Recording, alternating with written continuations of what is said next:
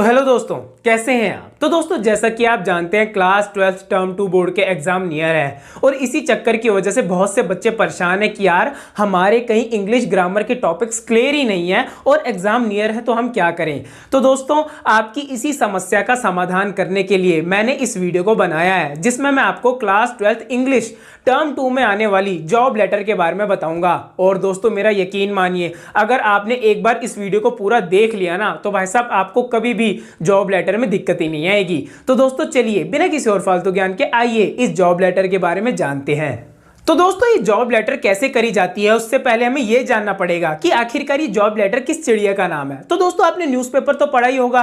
Newspaper में एक अलग सा सेक्शन होता है जॉब्स और वैकेंसीज का, जिसमें अलग अलग जॉब्स के बारे में बताया गया होता है कि ये जॉब अवेलेबल है, ये जॉब अवेलेबल है। और भाई साहब उन्हीं जॉब्स को या किसी भी जॉब को एक प्रोसेस के द्वारा अप्लाई करा जाता है, एक कवरिंग लेटर और एक रिज्यूमे के द्वारा, और इसी प्रोसेस को बोला जाता है जॉब लेटर। अब ये रिज्यूमे क्या होता है? वैसे तो रिज्यूमे के अलग अलग नेम होते हैं जैसे सीवी, बायोडेटा, और अगर मैं इसे देसी नाम से बुलाऊं तो इसे देसी नाम में बोला जाता है इंसानी कुंडली। और इसी रिज्यूमे को किस तरह लिखा जाता है ये भी मैं आपको इस वीडियो में बताऊंगा। तो दोस्तों ये आप देख सकते हैं, ये होता है हमारा जॉब लेटर का फॉर्मेट। और दोस्तों ये जो फॉर्मेट है ये सिर्फ जॉब लेटर के लिए थोड़ी ना, आपने इससे पहले एडिटर की, प्लेसिंग एंड ऑर्डर, इंक्वायरी की लेटर्स भी करी हुई होंगी और भाई साहब उनका भी फॉर्मेट सेम ही होता था। तो आपको इसको समझने में ज्यादा दिक्कत नहीं आनी चाहिए। तो आप यहां देख सकते हैं सबसे पहले आपको क्या लिखना है, सेंडर्स एड्रेस, लिखने वाले का एड्रेस। आपको क्वेश्चन में गिवन होता है ना, you are Anil living at this this this, तो ये जो दिस मतलब आपका जो एड्रेस है वहीं आपको यहां पे लिखना है। फिर आपको एक लाइन छोड़नी है, फिर आपको क्या लिखनी है, डेट आपको वो लिखनी है जिस दिन आप इस लेटर को लिख रहे हो। डेट वर्ड नहीं लिखना, सीधा डेट लिख देनी है, जैसे 27 मार्च 2022। देख रहे हो ना कितनी बढ़िया डेट है। फिर आपको एक लाइन और छोड़नी है, फिर आपको क्या लिखना है, रिसीवर्स एड्रेस। भाई साहब लिखने वाले का तो एड्रेस लिख दिया, जिसको लिख रहे हो उसका एड्रेस भी तो लिखोगे, तो आपको उसका एड्रेस भी लिखना है जिसको आप ये लेटर लिख रहे हो। तो आपको वो भी एड्रेस क्वेश्चन में गिवन होता ही है। फिर आपको क्या लिखना है, एक लाइन और छोड़नी है। एक लाइन और छोड़ने के बाद आपको सबसे मेन चीज सब्जेक्ट लिखना है। सब्जेक्ट में ही ज्यादातर बच्चों को दिक्कत आती थी दूसरे लेटर्स में जैसे प्लेसिंग एंड ऑर्डर, एडिटर के, लेकिन जॉब लेटर में सब्जेक्ट लिखना बहुत ही ज्यादा इजी हो जाता है। क्यों? क्योंकि हर लेटर में एक ही तरह का सब्जेक्ट रहता है। ये देखो, अब आप खुद देख सकते हो, application for the post of, ये तो हर तरह के जॉब लेटर आप जिस भी पोजीशन के लिए अप्लाई कर रहे हो, इंग्लिश टीचर, रिसेप्शनिस्ट, किसी भी पोस्ट के लिए, ये यहां तक तो लाइन पूरी सेम ही रहेगी। फिर आपको यहां पे क्या लिखना है, application for the post of, जो भी आपकी पोस्ट है, जिस भी पोस्ट के लिए आप अप्लाई कर रहे होंगे ना, आपको वो पोस्ट यहां पे लिख देनी है, बस सिंपल। फिर आपको एक लाइन और छोड़नी है। फिर आपको क्या लिखना है, सैल्यूटेशन। सैल्यूटेशन हमारे पास क्या होती है, रिस्पेक्टेड सर या रिस्पेक्टेड मैम, एक ही आपको लिखनी है जो भी आपको क्वेश्चन में गिवन हो, या आप अपनी तरीके से भी कुछ लिख सकते हैं, रिस्पेक्टेड सर या रिस्पेक्टेड मैम में से। और दोस्तों अगर आपको ये सब देख के भी कुछ ना समझ आया हो तो भाई साहब चिंता लेने की कोई बात ही नहीं है, मैं आपको एक एग्जांपल भी कराऊंगा और एग्जांपल से तो आपको गारंटीड समझ आ ही जाएगा, इसीलिए डोंट टेक टेंशन। तो भाई साहब ये तो हो गई हमारे लेटर की अपर बॉडी। अब मैं आपको बताता हूं कि हमें अपने लेटर की मेन बॉडी में क्या क्या इंक्लूड करना पड़ता है, क्योंकि ज्यादातर बच्चों को उसमें भी बहुत ज्यादा दिक्कतें आती हैं। तो दोस्तों ये आप देख सकते हो, इन पॉइंट्स को हम अपनी जॉब लेटर की मेन बॉडी में इंक्लूड करते हैं। वैसे ये जो मेन बॉडी होती है, हम इसमें मिनिमम 3 पैराग्राफ्स लिखते हैं या 3 पार्ट्स में मेन बॉडी को लिखा जाता है। तो ये रहे 2 पार्ट्स, तीसरा पार्ट मैं आपको आगे बताता हूं। तो दोस्तों ये रहा हमारा पहला part, start body of the letter giving source of information like newspaper, date etcetera.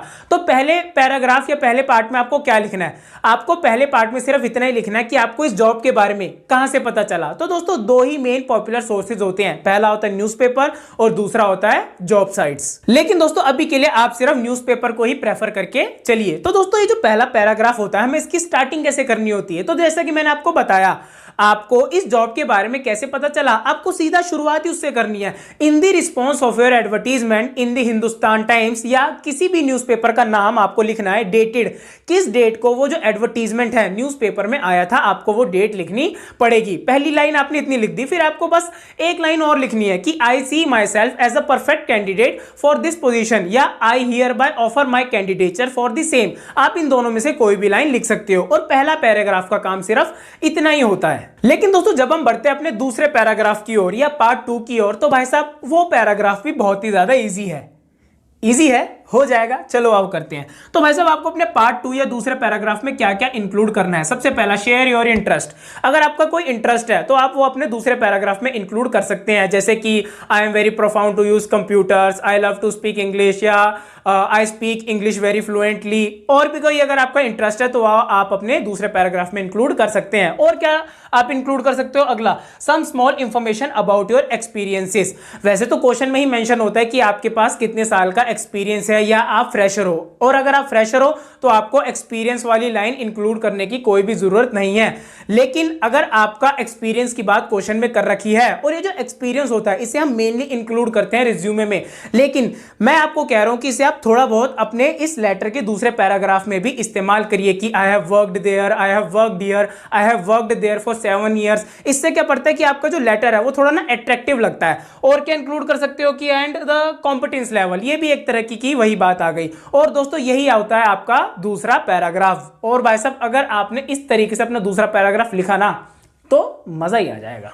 तो दोस्तों अब बात करते हैं हम अपने फाइनल और तीसरे पैराग्राफ की, यानी पार्ट 3 की। और दोस्तों ये जो पार्ट 3 होता है ये बहुत ही ज्यादा इजी होता है। क्यों? क्योंकि एक तरह का ये कंक्लूजन होता है जो आपने लेटर लिखा है, मींस लास्ट पैराग्राफ होता है। और आपको इसमें क्या क्या इंक्लूड करना है, आपको इस लेटर की क्लोजिंग करनी है। क्या लाइनें लिख के, closure lines like calling for an interview, आप मुझे इंटरव्यू के लिए कब बुला सकते हैं। और जब भी आप ये लाइन लिखे तो आपको सामने वाले को प्रेफरेंस देनी है, मतलब you can call me for an interview at any time which is suitable for you, मतलब आपको जब भी सही लगे तो आप मुझे इंटरव्यू के लिए बुला सकते हैं। इंटरव्यू की बात हो गई। फिर आप क्या कर सकते हो, 1 month नोटिस क्राइटेरिया। अगर क्वेश्चन में मेंशन है कि भाई साहब नोटिस क्राइटेरिया की भी आपको बात करनी है तो ये मेंशन करना, वरना कोई जरूरत नहीं है, कोई कंपलसरी नहीं है। अभी नोटिस पीरियड क्या होता है, कई जॉब ऐसी होती है कि जिसमें आप रेजिग्नेशन देते हो तो रेजिग्नेशन के 1 महीने के बाद, मतलब 1 महीने तक आपको एक नोटिस पीरियड कंप्लीट करना पड़ता है।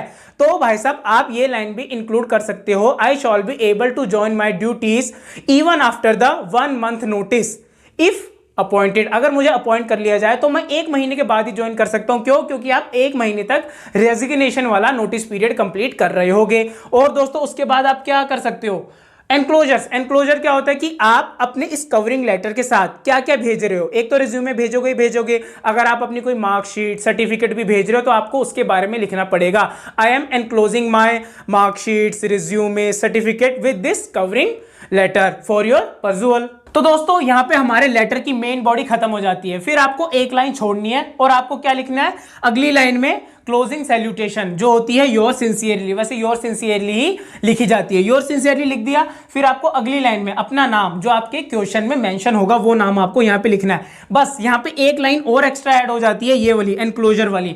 वैसे जो एनक्लोजर की लाइन थी मैंने यहां पे लिखवा दी थी, लेकिन आप यहां पे भी लिख सकते हो कि आप इस लेटर के साथ क्या क्या और भेज रहे हो। एक रिज्यूमे भेज रहे हो, मार्कशीट भेज रहे हो, सर्टिफिकेट भेज रहे हो। अगर आप मार्कशीट और सर्टिफिकेट नहीं भेज रहे हो, सिर्फ रिज्यूमे भेज रहे हो, तो सिर्फ रिज्यूमे लिख के छोड़ देना, मार्कशीट और सर्टिफिकेट रहने देना। और अगर आप ये दोनों भी भेज रहे हो तो भाई साहब हर चीज आपको लिखनी पड़ेगी। रिज्यूमे तो आप भेजोगे ही भेजोगे, वो तो कंपल्शन है। और यहीं पे आपकी ये जो कवरिंग लेटर है खत्म हो जाती है। अब हम बनाना सीखेंगे रिज्यूमे, और ये जो रिज्यूमे है मैं आपको एक एग्जांपल के साथ बनाना सिखाऊंगा। तो दोस्तों ये आप देख सकते हैं, ये रहा आपको वो एग्जांपल जिससे आपको ये जॉब लेटर और भी ज्यादा क्लियर हो जाएगी। तो आइए सबसे पहले हम इस क्वेश्चन का मीनिंग जानते हैं। तो क्वेश्चन क्या कहता है, you are Sudha Sudhir, resident of A7 Shanti park, you read the following advertisement in a newspaper, draft an application in response to this advertisement with resume. कि भाई साहब आप कौन हैं, आप सुधा सुधीर हैं, कहाँ रहते हैं, A7 शांति पार्क में, और आपने एक नीचे ये जो एडवर्टीजमेंट दे रखा है न्यूज़पेपर में पढ़ा है, और आपको इसी एडवर्टीजमेंट के रिस्पॉन्स में एक एप्लीकेशन ड्राफ्ट करनी है, एक एप्लीकेशन लिख के भेजनी है अपने डिटेल्ड रिज्यूमे के साथ। तो चलिए आइए देखते हैं कि इन सुधा सुधीर ने आखिरकार ऐसा कौन सा एडवर्टीजमेंट देख लिया कि भाई साहब इनको जॉब करने की इच्छा हो गई। ठीक है ना। तो एडवर्टीजमेंट क्या कहता है, सिचुएशन वेकेंट। तो अगर आपने एडवर्टीजमेंट करे हो तो एडवर्टीजमेंट में सिचुएशन वेकेंट वाला कौन सा होता था कि हमें एम्प्लॉय चाहिए, तो भाई साहब ये वही वाला एडवर्टीजमेंट है। तो एडवर्टीजमेंट क्या कहता है हमारा, wanted a young and experienced graduate with fluency in English and Hindi. भाई साहब एक ऐसा ग्रेजुएट चाहिए जिसकी इंग्लिश और हिंदी में बहुत ही बढ़िया से फ्लुएंसी हो, to work as a receptionist at customer care. किस पोस्ट के लिए चाहिए, रिसेप्शनिस्ट के लिए चाहिए। और भाई साहब कहां कहाँ पे, कस्टमर केयर बूथ पे of NCR groups. NCR groups नाम की जो कंपनी है उनके जो कस्टमर केयर बूथ है वहां पे एक रिसेप्शनिस्ट की जरूरत है ऑफ होटल्स एंड दिल्ली, ये उनका एड्रेस दे रखा है, ठीक है ना। Contact manager along with your complete CV with in 7 days of your this advertisement. आपको क्या करना है कि अपने कंप्लीट सीवी क्या होता है, रिज्यूमे के साथ इस एडवर्टीजमेंट के 7 दिन के अंदर अंदर मैनेजर को कॉन्टैक्ट करके अपनी जो भी कैंडिडेचर है वो साबित करनी पड़ेगी, मतलब अपना इंटरव्यू फिक्स करना पड़ेगा। एंड आई होप आपको क्वेश्चन समझ आ गया होगा। तो चलिए आइए इसका क्या सॉल्यूशन हो सकता है वो हम देखते हैं। तो दोस्तों ये आप देख सकते हैं, ये रहा हमारे सामने उस एग्जाम्पल का आंसर। और जैसा कि मैंने आपको जब फॉर्मेट एक्सप्लेन करा था उसमें मैंने आपको बताया था कि हमारे सबसे पहले लेटर में क्या आता है, सेंडर्स एड्रेस, और जो कि हमें क्वेश्चन में गिवन होता ही है, उस एग्जांपल में भी गिवन था तो मैंने उसको सीधा यहां पे लिख दिया। और क्या सेंडर्स एड्रेस गिवन था हमें एग्जांपल में, A7 शांति पार्क दिल्ली, और मैंने यहां पे वहीं लिख दिया। अब दोस्तों मैं आपको एक चीज और बताने चाहता हूं। अब ये जो चीज मैं आपको बता रहा हूं इसका कोई फास्ट एंड रूल नहीं है कि भाई साहब ये आपको माइंड में ज्यादातर रखना ही रखना है, लेकिन ये जो चीज है देखने में अच्छी लगती है। अब दोस्तों वो चीज क्या है, जब भी कभी आप एड्रेस में स्टेट लिखें तो भाई साहब स्टेट हमेशा सिंगली ही रिप्रेजेंट होना चाहिए, स्टेट के साथ आप एड्रेस की कोई और चीज ना लिखे। वैसे इसका कोई फास्ट एंड रूल नहीं है, लेकिन तब भी मैं चाहता हूं आप इसको माइंड में रखें, ये देखने में अच्छा लगता है। सपोज मैं यहीं पे कर देता A7 शांति पार्क और यहीं पे दिल्ली लिख देता तो भाई साहब ये हो जाता गलत। इसलिए यहां पे आपको कैसे लिखना है, A7 शांति पार्क और स्टेट नीचे आने चाहिए, मतलब एक लाइन में एक ही कॉमा डले, और एक कॉमा डलने का मतलब सिर्फ एड्रेस की 2 ही चीजें आई, ठीक है ना, A7 शांति पार्क दिल्ली। अब एंड आई होप आपको सेंडर्स एड्रेस समझ आ गया होगा। फिर आपको एक लाइन और छोड़नी है और अब आपको लिखनी है डेट। डेट वर्ड नहीं लिखना जैसे कि मैंने आपको बताया था, सीधा डेट लिख देनी है, और डेट वो वाली लिखनी है जिस दिन आप इस लेटर को लिख रहे हो। और यहां पे आप देख सकते हैं कि मैंने डेट को लिख दिया है 20 मार्च 2022। देन अगेन आपको एक लाइन और छोड़नी है और आपको अब लिखना है क्या, अरे भाई साहब अब आपको ये लिखना है जिसको आप ये लेटर लिख रहे हो, यानी रिसीवर्स एड्रेस। और दोस्तों रिसीवर्स एड्रेस में सबसे मेन चीज होती है डेजिग्नेशन, कि भाई साहब आप जिस भी बंदे को ये लेटर लिख रहे हो उसकी उपाधि क्या है, पद क्या है, पोस्ट क्या है, उसकी डेजिग्नेशन क्या है, और आपको उसी से ही रिसीवर्स एड्रेस की शुरुआत करनी है। वैसे तो मुझे क्वेश्चन में ही मेंशन करा हुआ था कि मुझे मैनेजर को ये जॉब लेटर लिखनी है, तो मैंने सीधा लिख दिया द मैनेजर। सपोज आपको क्वेश्चन में मेंशन ही नहीं है कि भाई साहब बंदे की डेजिग्नेशन क्या है, तो आप तब भी द मैनेजर से शुरुआत कर सकते हो, इसमें कोई फास्ट एंड रूल नहीं है। सपोज आप किसी होटल में शेफ के लिए अप्लाई कर रहे हो तो आप एक और चीज लिख सकते हो, द चीफ शेफ। आप द मैनेजर भी लिखोगे तब भी चल जाएगा, द चीफ शेफ भी लिखोगे तब भी चल जाएगा, इसमें कुछ गलत होने वाली बात नहीं है, लेकिन डेजिग्नेशन लिखना बहुत ही ज्यादा जरूरी होता है। तब दोस्तों अगली लाइन में आपको लिखना है कंपनी का नाम, जिस भी कंपनी में आप जॉब के लिए अप्लाई कर रहे हो उस कंपनी का नाम आपको लिखना पड़ेगा। मुझे क्वेश्चन में ही मेंशन था एनसीआर ग्रुप्स ऑफ होटल, ये भी आपको क्वेश्चन में ही मेंशन होगा। फिर आपको अगली लाइन में लिखना है एड्रेस। अगर आपको क्वेश्चन में रिसीवर का प्रॉपर एड्रेस मेंशन कर रखा है तब आप अगली लाइन में उसका प्रॉपर एड्रेस मेंशन कर दोगे। मुझे मेंशन नहीं था, मुझे सीधा लिखा हुआ था दिल्ली, तो मैंने यहां पे दिल्ली लिख दिया, ठीक है ना।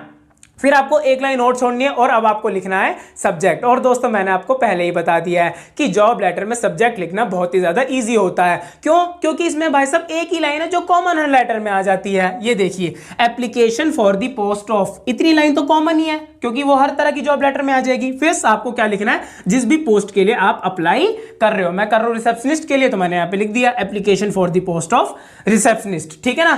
फिर आपको एक लाइन और छोड़नी है और अब आपको लिखनी है सैल्यूटेशन। और सैल्यूटेशन मैंने आपको बता दिया रिस्पेक्टेड सर या रिस्पेक्टेड मैम, तो मैंने यहां पे लिख दिया रिस्पेक्टेड सर।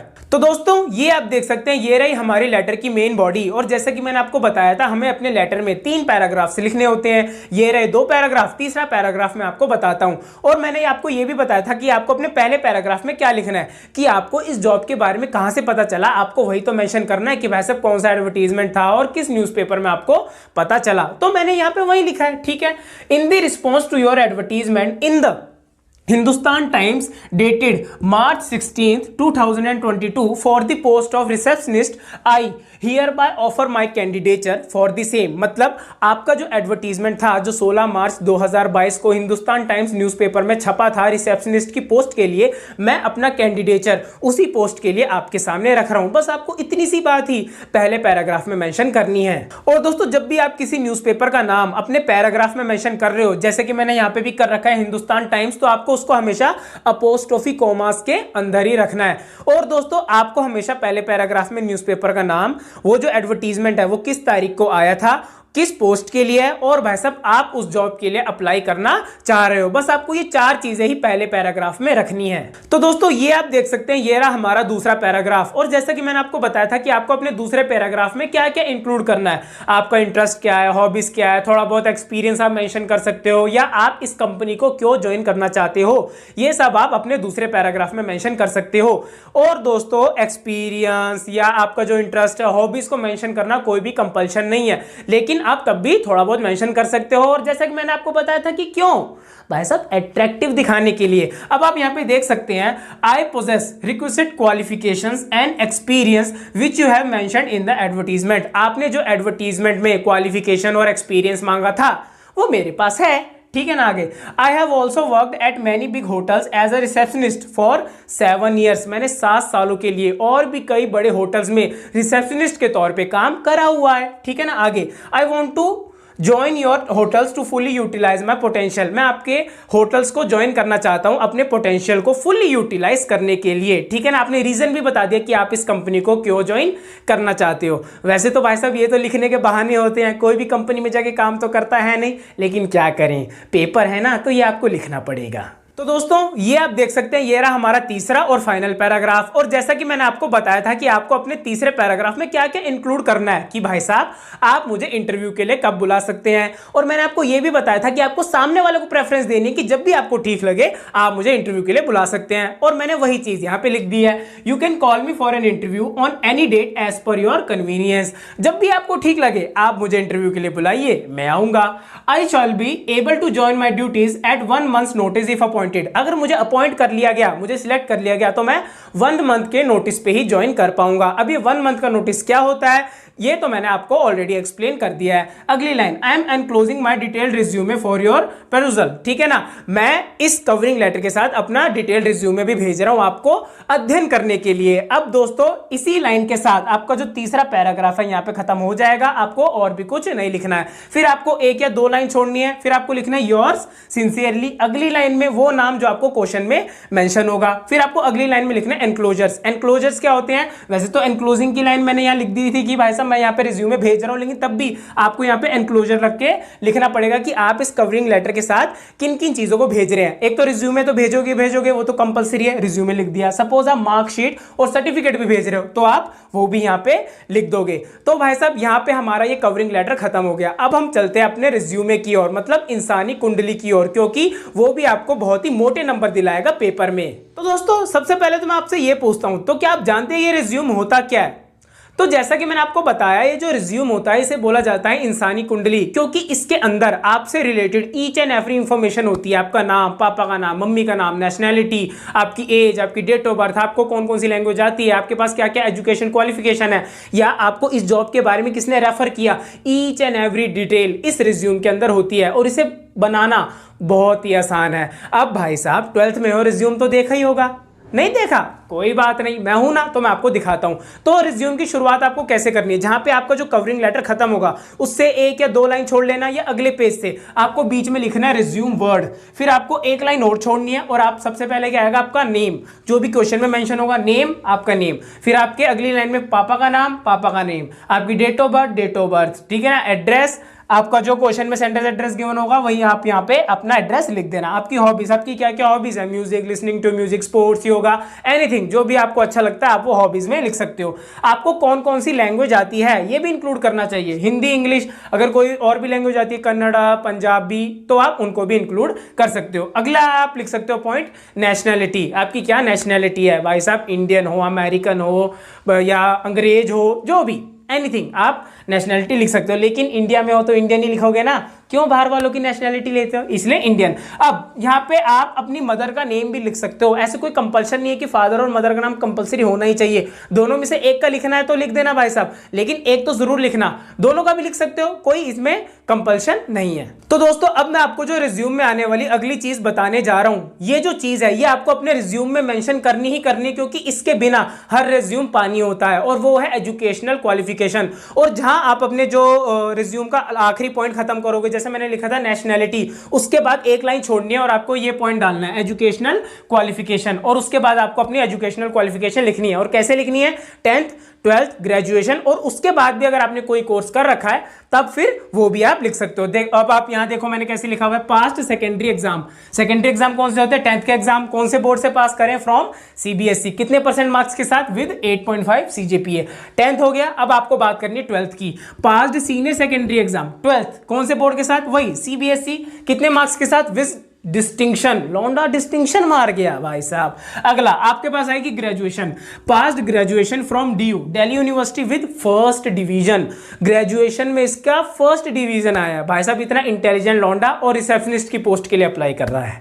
कलयुग है भाई साहब, ठीक है ना। अब दोस्तों वैसे तो एजुकेशनल क्वालिफिकेशन इतना ही बहुत होता है, लेकिन तब भी अगर आपने कोई प्रोफेशनल कोर्स कर रखा है जैसे सीए, सीएस, एमबीए या कोई पर्टिकुलर डिप्लोमा, तो आप उसे प्रोफेशनल क्वालिफिकेशन लिख के मेंशन कर सकते हो, जैसे कि मैंने यहां पे करा हुआ है। ये कोई कंपलसरी नहीं है, ये तो कंपलसरी है, ये कंपलसरी नहीं है। ये देखो, diploma in computers from Aptech with good marks. इसने एप्टेक इंस्टीट्यूट से कोई कंप्यूटर के अंदर डिप्लोमा करा हुआ है, जिसे मैंने यहां पे मेंशन कर दिया है। तो दोस्तों ये तो हो गई एजुकेशनल क्वालिफिकेशन रिज्यूमे के अंदर मेंशन करने वाली। अब दोस्तों आगे आपको अपने रिज्यूमे में क्या इंक्लूड करना है? एक्सपीरियंस। और दोस्तों सपोज आपको क्वेश्चन में लिखा हुआ है फ्रेशर, तो आप एक्सपीरियंस लिख के नीचे लिख देना फ्रेशर। लेकिन अगर आपने कहीं काम करा हुआ है तो आपको मेंशन करना पड़ेगा कि आपने कहां कहां कितने सालों के लिए काम करा है, जो कि मैंने यहां पे करा हुआ है। Worked as receptionist with ABC group of companies for 2 years। इसने एबीसी ग्रुप ऑफ कंपनीज के साथ 2 साल के लिए काम करा हुआ है एज अ रिसेप्शनिस्ट। फिर और कहां काम करा? Worked as receptionist with XYZ limited. एक XYZ लिमिटेड नाम की जो कंपनी है उसने उसके साथ भी इसने रिसेप्शनिस्ट के तौर पे 5 सालों के लिए काम करा है। तो ये तो होगी बात एक्सपीरियंस की। फिर आपको अगेन एक लाइन छोड़नी है, एक्सपेक्टेड सैलरी। आप कितनी सैलरी चाहते हो? और दोस्तों इसमें आपको कुछ नहीं लिखना कि भाई साहब 1 करोड़ 2 करोड़ 10 करोड़ या अंबानी बना दो, कुछ नहीं लिखना। सीधा आपको एक वर्ड लिख देना है नेगोशिएबल, कि भाई साहब देखी जाएगी, जब इंटरव्यू होगा उस टाइम पे हम डिसाइड कर लेंगे। तो ये भी पॉइंट्स आपको अपने रिज्यूमे में इंक्लूड करने हैं। तो चलिए अब हम चलते हैं अपने आखिरी पॉइंट की ओर, जो आपको अपने रिज्यूमे में इंक्लूड करना है। तो दोस्तों ये रहा वो लास्ट पॉइंट जिसे हमें अपने रिज्यूमे में इंक्लूड करना होता है, और यह है रेफरेंसेस। रेफरेंसेस का मीनिंग होता है कि आखिरकार आपको इस जॉब के बारे में किसने बताया। आपने न्यूज़पेपर से पढ़ा वो ठीक है, सपोज आपको किसी ने बताया भी उस जॉब के बारे में, तो आप उन बंदों का नाम भी रिज्यूमे में मेंशन कर सकते हो। वैसे ये कंपलसरी नहीं है। अगर आपको क्वेश्चन में बोल रखा है कि आपको इन दोनों बंदों ने आपको जॉब के बारे में बताया, तो आपको मेंशन करना ही पड़ेगा, ठीक है ना। लेकिन अगर आपको नहीं बोल रखा कि आपको किसी बंदे ने इस जॉब के बारे में बताया, तो ये वाला पॉइंट ऐड करने की कोई भी जरूरत आपको नहीं पड़ेगी। आप रिज्यूमे को वहीं पे ओवर कर सकते हो।